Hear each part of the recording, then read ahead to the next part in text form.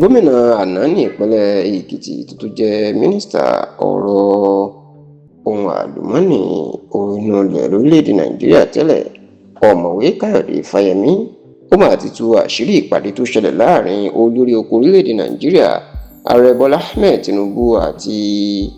olùdíje fún ipò ààrẹ lábẹ́ ẹgbẹ́ òṣèlú Labour Party lásìkò ètò ìdìbò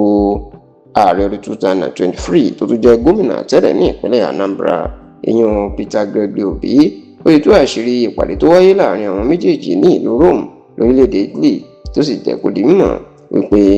òun gan ni òun ṣe agbátẹrù ìpàdé náà àti pé ó ní ọ̀rọ̀ tó ń bá Peter Obi sọ kó tó di pé ó lọ́ọ́ bá Tinubu sọ̀rọ̀ ní ọjọ́ tí à ń wí yìí. Ǹjẹ́ ìpàdé wo ló wáyé láàrin Peter Obi àti Tinubu tó jẹ́ orogún tọ́jọ́ ń jà sí ipò ààrẹ orílẹ̀-èdè Nàìjíríà látọdún 2023 àti èyí tí wọn yóò tún jọ jà lọ́dún 2027? Ìpàdé wo ló ṣẹlẹ̀ ń bó náà ti pàdé? Ó máa ní bí oṣù karùn-ún ọdún tó kọjá nígbà tí wọ́n ń ṣe ayẹyẹ ìyànsípò fún olórí ìjọ àgùdà ẹ̀yìn ìjọ kátólíìkì tuntun tí wọ́n pè ní Pope Leo. Eléyìí sì ni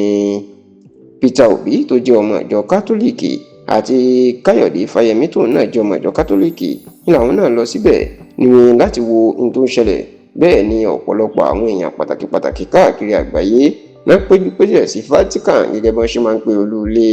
àwọn kátólíìkì ní ìlú Rome lórílẹ̀‐èdè Italy tó sì jẹ́ pé ilé náà ni ààrẹ Bọ́lá Ahmed Tinubu ló wò wípé kóun náà kúkú lọ kí òun lọ ṣojú orílẹ̀‐èdè Nàìjíríà níbẹ̀ lẹ́yìn tí wọ́n ránṣẹ́ pé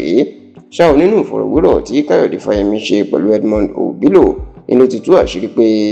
ìròyìn tó gba gbogbo Nàìjíríà lọ́dún tó kọjá tí Peter Obi àti Tinubu tó pàdé ara wọn níbi ètò náà tó sì bọ ara wọn lọ́wọ́ tó ń bára wọn sọ̀rọ̀ èyí tí gbogbo orí ẹ̀rọ ayélujára tó ń gbé fídíò àti fọ́tò náà kiri ìpè òun gan lòún ṣagbátẹrù ìpàdé náà. Ó ní níṣe ni òun àti Peter Obi làwọn wà níbẹ̀ gẹ́gẹ́ bí ọmọ ìjọ kátólíìkì láti yẹ Pope Leo láti yẹ sí tó sì ní gbàrà tí àwọn jókòó lọ́jọ́ tí wọ́n fẹ́ ṣe ètò náà kí Tinubu tó dé làwọn ti wà nínú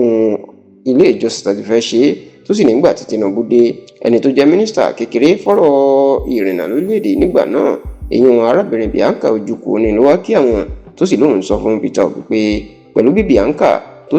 tó wà lára àwọn tó kọ̀ rìn pẹ̀lú Tinubu wá bó ṣe wá kí àwọn ó lẹ́tọ̀ọ́ káwọn náà lọ kí Tinubu nítorí pé olórí orílẹ̀‐èdè Nàìjíríà ó ní Peter Obi yarí bóun ò lọ o bí bóun bá lọ kí Tinubu tán ya fọ́tò àwọn kí ló fẹ́ káwọn èèyàn máa sọ lórílẹ̀‐èdè Nàìjíríà àti lórí ẹ̀rọ ayélujára. Ó lóun lòún sọ fún Peter Obi pé kó má ṣe ṣìyọnu kó má wo ohun táwọn ayé tí wọn yóò wí. Ó lóun lòún Peter Obi tó fi dìde tó fi lọ kí Tinubu. Bẹ́ẹ̀ ló ní bóun ṣe gbá Tinubu tóun kí pé ẹ ṣeun tẹ wáyé àwa kátólíìkì sí o. Ó ní Tinubu bẹ̀rẹ̀ sí ni máa sọ̀rọ̀ sóhun pé Káyọ̀dé èmi gan ló yẹ máa dúpẹ́ lọ́wọ́ yín ṣebí mi ni mo aṣojú Nàìjíríà ẹ̀yin ni ẹ wáyé mi sí kì í ṣe mo wáyé yín sí. Bẹ́ẹ̀ ló ní Peter Obi náà jẹ́rìí sí pé tó tọ́ ni o ẹ̀yin ni olórí gbogbo wa tó sì ní gbogbo àwọn fi ọ̀rọ̀ ọ̀hún àwọn fi ṣe àwàdà lọ́jọ́ tí òun wí yìí.